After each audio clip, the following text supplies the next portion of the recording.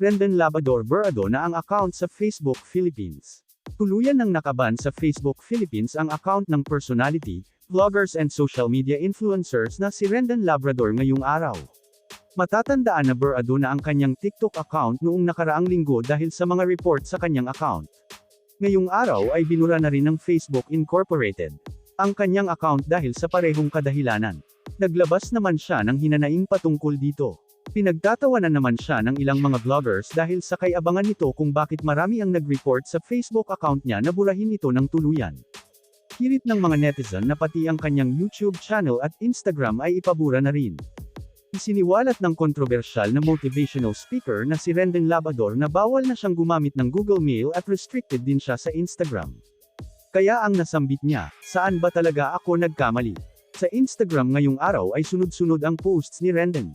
Una, inanunsyo niya na na-disable ang kanyang Gmail account na Rendon_Labrador at gmail.com dahil sa content that involves a child being sexually abused or exploited. Panipi, pinura na rin ako ni Google. Kahit email bawal na rin ang Rendon Labrador.